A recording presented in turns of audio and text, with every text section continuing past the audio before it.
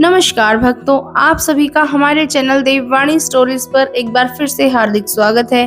भक्तों, आज 4 जून 2026 गुरुवार का यह अत्यंत पावन और शुभ दिन है। आज अधिक ज्येष्ठ मास के कृष्ण पक्ष की चतुर्थी तिथि है। यह तिथि रात्रि तक रहेगी। आज उत्तराषाढ़ा नक्षत्र का भी प्रभाव है। साथ ही आज विभुवन संकटी चतुर्थी का पावन अवसर भी है, जो भगवान श्री गणेश की आराधना के लिए अत्यंत शुभ माना जाता है।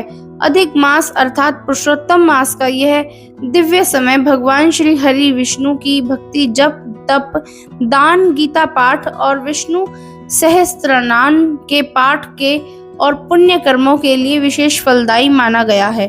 भक्तों, आज के दिन भगवान श्री गणेश को दुर्वा अर्पित करना और श्री हरि विष्णु का स्मरण करना, तुलसी पूजन करना तथा जरूरतमंदों को अन्न वस्त्र का दान करना अत्यंत शुभ माना गया है। भक्तों, कल की पावन कथा में हमने सुना था कि किस प्रकार पुत्र वियोग में दुख में डूबे हुए सुदेव शर्मा से अनजाने में ही पुरुषोत्तम मास का पालन हो गया। भगवान श्री हरि उनकी इस अनजाने भक्ति से प्रसन्न होकर स्वयं उसके सामने प्रकट हुए। हमने यह भी देखा कि भगवान सुदेव शर्मा के मृत पुत्र सुखदेव को पुनः जीवन दान दिया, उनके भविष्य का रहस्य बताया और यह भी बताया कि अगले जन्म में वही सुदेव शर्मा महान चक्रवर्ती राजा दृढ़धना रूप में जन्म लेंगे। भक्तों, कल हमने भक्त धना जाट और भगवान श्री कृष्ण की प्रेरणादायक कथा भी सुनी, जिससे हमें यही शिक्षा मिलती है कि भगवान बाहरी आडंबर नहीं बल्कि सच्ची श्रद्धा, निष्कपट प्रेम और अटूट विश्वास प्रिय है। भक्तों, आज हम पुरुषोत्तम मास महात्म्य के अध्याय 19 की अत्यंत रहस्यमयी, ज्ञानवर्धक और कल्याणकारी कथा सुनेंगे। आज की कथा में हम जानेंगे कि सुदेव शर्मा के मन में उठे उस गहरे संदेह का भगवान श्री हरि ने क्या उत्तर दिया। पुरुषोत्तम मास महिमा कितनी महान है। राजा दृढ़धना के पुनः जन्म का कौन सा अद्भुत रहस्य प्रकट हुआ और सुखदेव किस प्रकार अपने माता पिता के कल्याण के कारण बने। और भक्तों, अध्याय 19 की इस दिव्य कथा के पश्चात हम आपको भक्त गजेंद्र और भगवान श्री हरि विष्णु की एक सत्य प्रेरणादायक, चमत्कारी और हृदय स्पर्शी कथा भी सुनाएंगे, जिसमें हमें यही शिक्षा मिलेगी कि जब संसार की सभी शक्तियां साथ छोड़ देती हैं, तब भगवान की शरण ही भक्त का सबसे बड़ा सहारा बनती है। तो आइए भक्तों, श्रद्धा, विश्वास और भक्ति के साथ आरंभ करते हैं पुरुषोत्तम मास महात्म्य की कथा। अध्याय 19। जय श्री हरि विष्णु, जय श्री पुरुषोत्तम भगवान, हरि शरणम। श्री सूत जी बोले, हे तपस्वियों, जब भगवान श्री नारायण इस प्रकार कह रहे थे, तब मुनियों ने, श्रेष्ठ नारद मुनि ने अपने मधुर और विनम्र वचनों से उन्हें प्रसन्न किया और बोले, हे ब्राह्मण, तपस्या के महान भंडार सुदेव ब्राह्मण को जब भगवान विष्णु प्रसन्न होकर दर्शन देने आए, तब उन्होंने उनसे क्या कहा।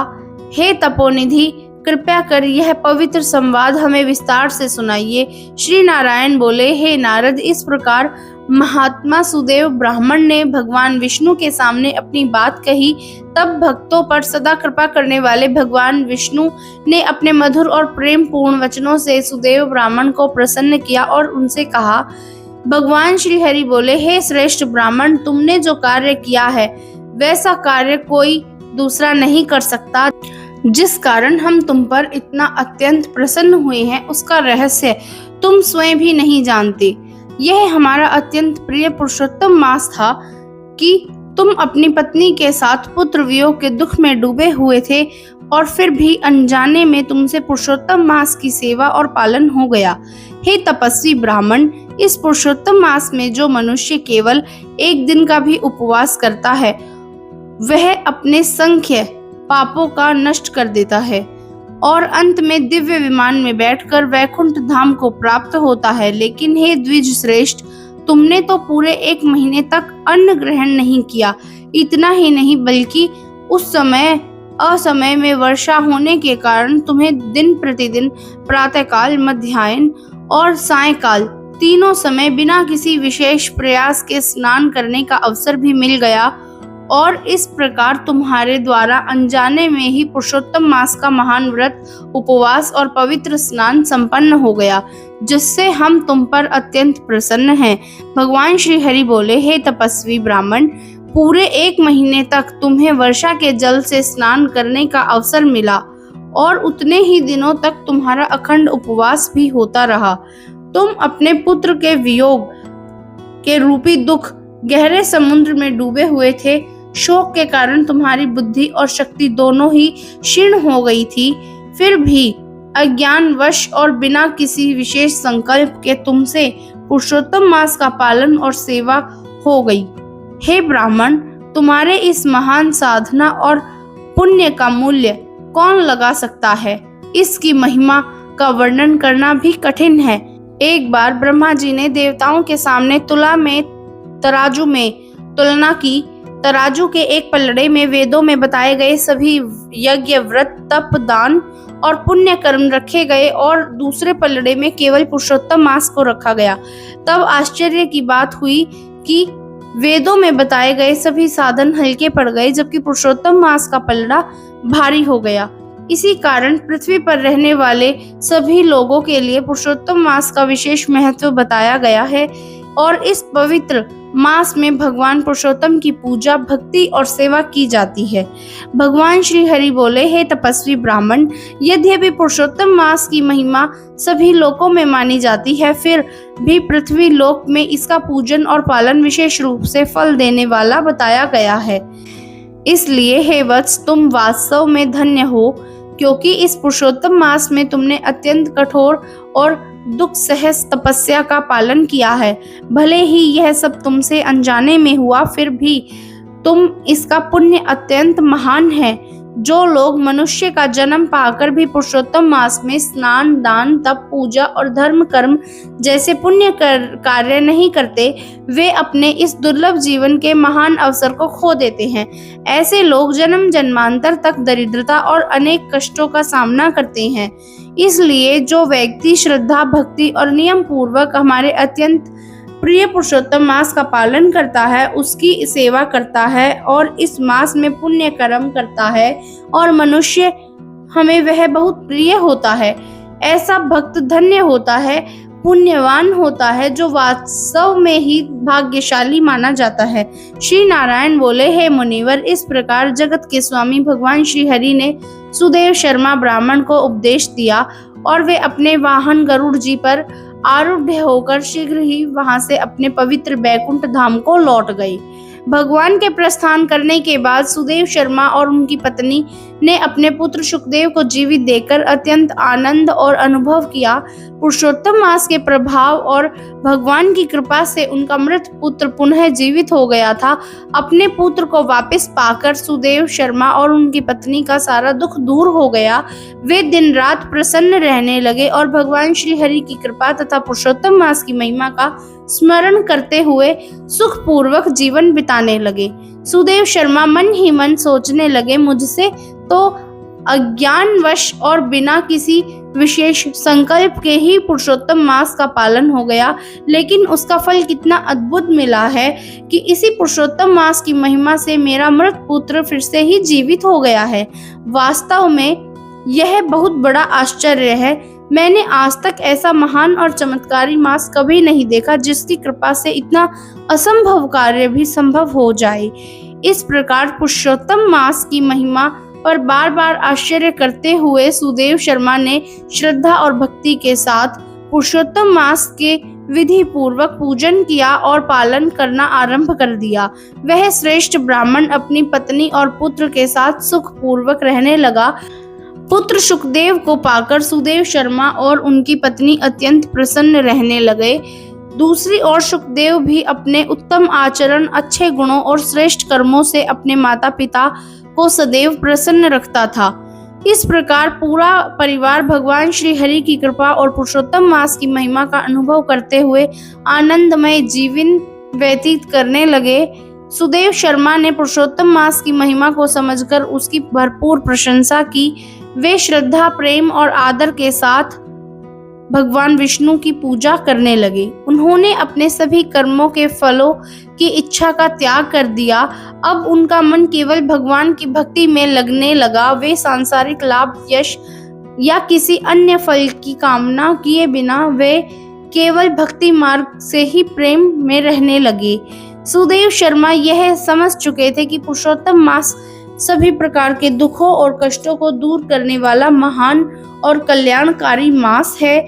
इसलिए जब पुरुषोत्तम मास आता तब वे अपनी पत्नी के साथ पूरी श्रद्धा से नियम पूर्वक उसका पालन करते।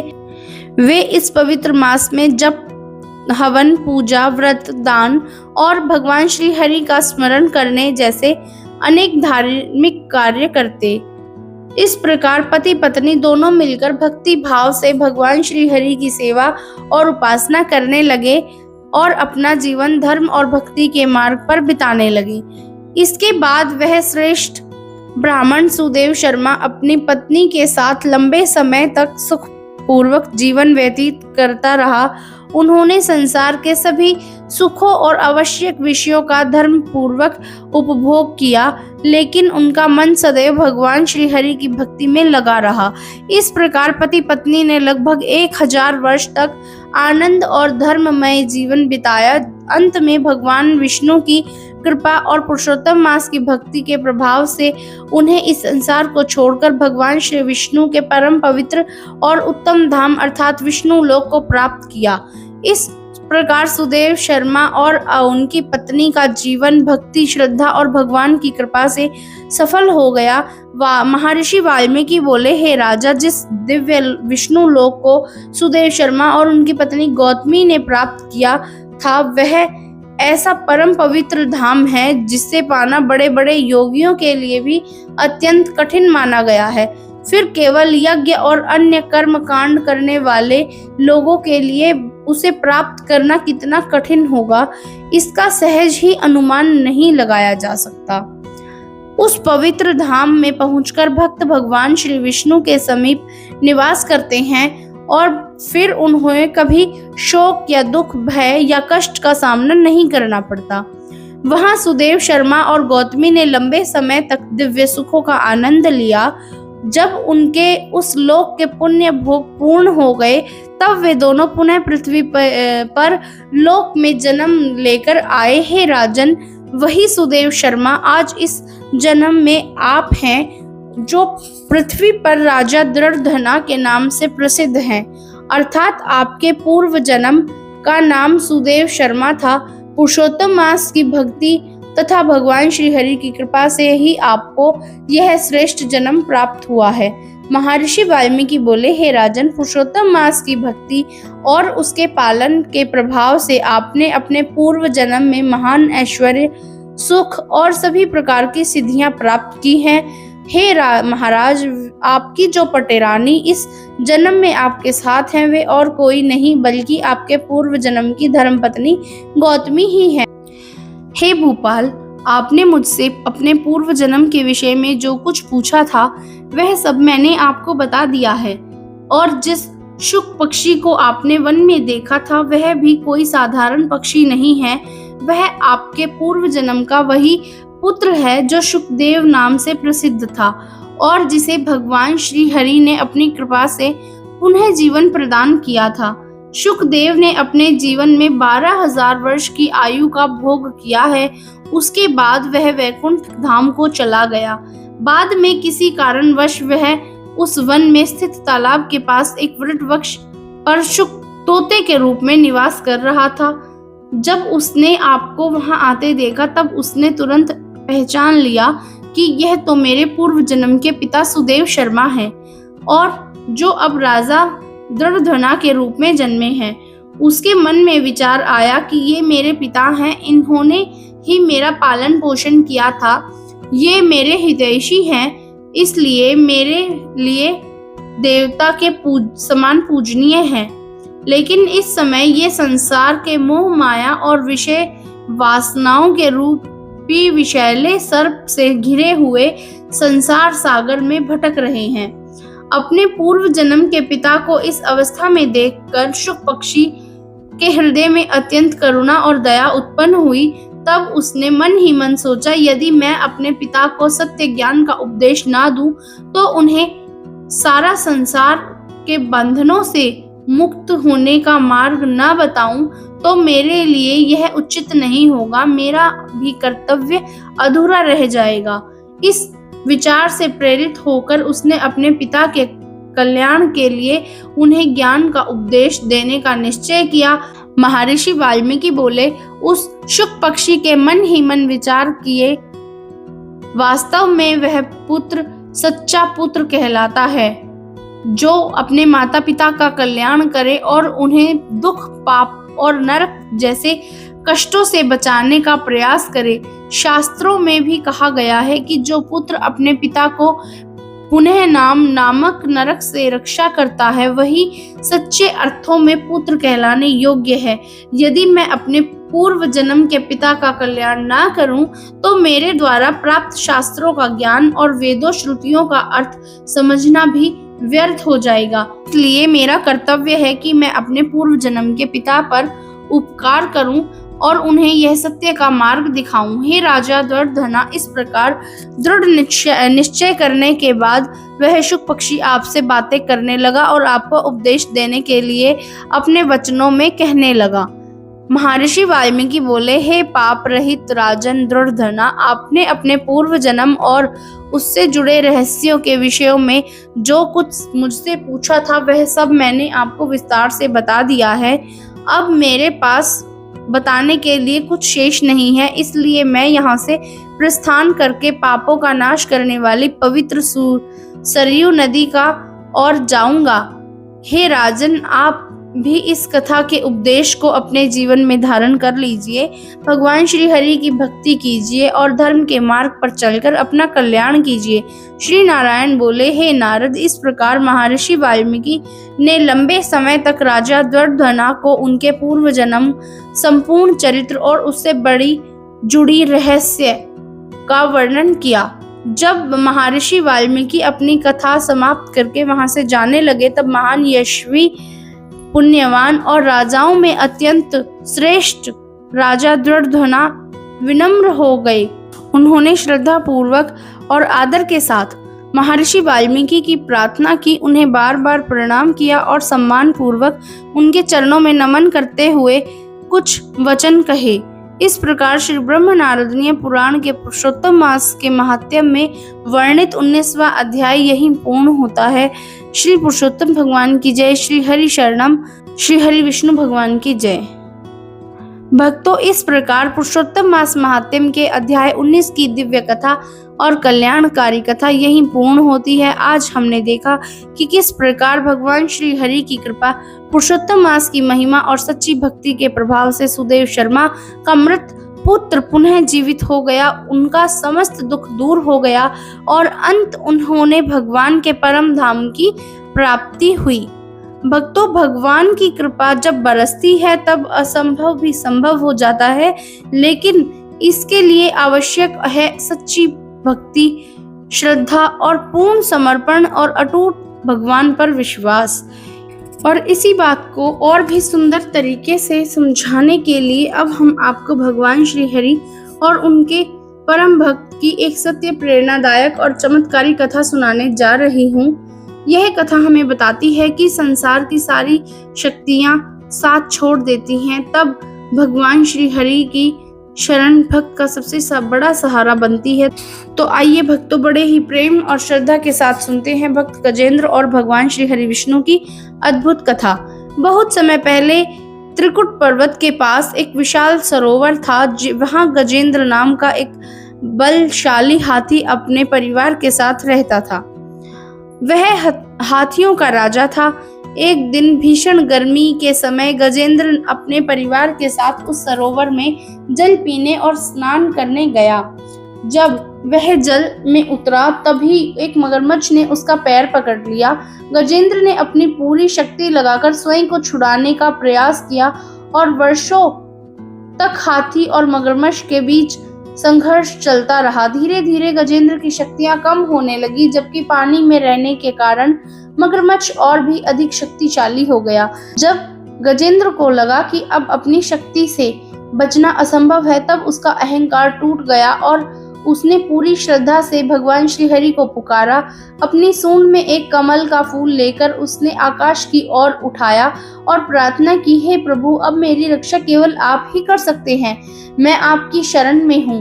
भक्त की यह करुण पुकार सुनते ही भगवान श्री हरि वैकुंठ से तुरंत गरुड़ पर सवार होकर निकल पड़े। कहा जाता है कि भगवान इतने व्याकुल हो गए कि उन्होंने अपने सेवकों की भी प्रतीक्षा नहीं की, वे सीधे अपने भक्त की सहायता के लिए दौड़ पड़े। भगवान ने पहुंचते ही सुदर्शन चक्र से मगरमच्छ का वध कर दिया और गजेंद्र को मुक्त कर दिया। गजेंद्र की आंखों से कृतज्ञता के आंसू बहने लगे। भगवान ने उसे आशीर्वाद दिया और उसका कल्याण किया। भक्तों, इस कथा से हमें यही शिक्षा मिलती है कि जब मनुष्य अपनी शक्ति, धन, बुद्धि और अहंकार पर निर्भर रहना छोड़कर सच्चे मन से भगवान की शरण में आता है, तब भगवान उसकी सहायता अवश्य करते हैं। जिस प्रकार सुदेव शर्मा को पुरुषोत्तम मास की महिमा से भगवान की कृपा प्राप्त हुई और उनका मृत पुत्र जीवित हो गया, उसी प्रकार गजेंद्र की सच्ची पुकार पर भगवान स्वयं वैकुंठ से दौड़े चले आए। भगवान के लिए भक्त का प्रेम और विश्वास सबसे बड़ा होता है। जय श्री हरि विष्णु, जय भक्त गजेंद्र, हरि शरणम। भक्तों, आज हमने पुरुषोत्तम मास महात्म्य के पावन अध्याय 19 में भगवान श्री हरि द्वारा बताए गए पुरुषोत्तम मास के अद्भुत रहस्य और उसकी अत्यंत महिमा का वर्णन सुना। हमने जाना कि किस प्रकार अनजाने में भी किया गया पुरुषोत्तम मास का पालन भगवान को प्रसन्न कर देता है और भक्त के जीवन को धन्य बना सकता है।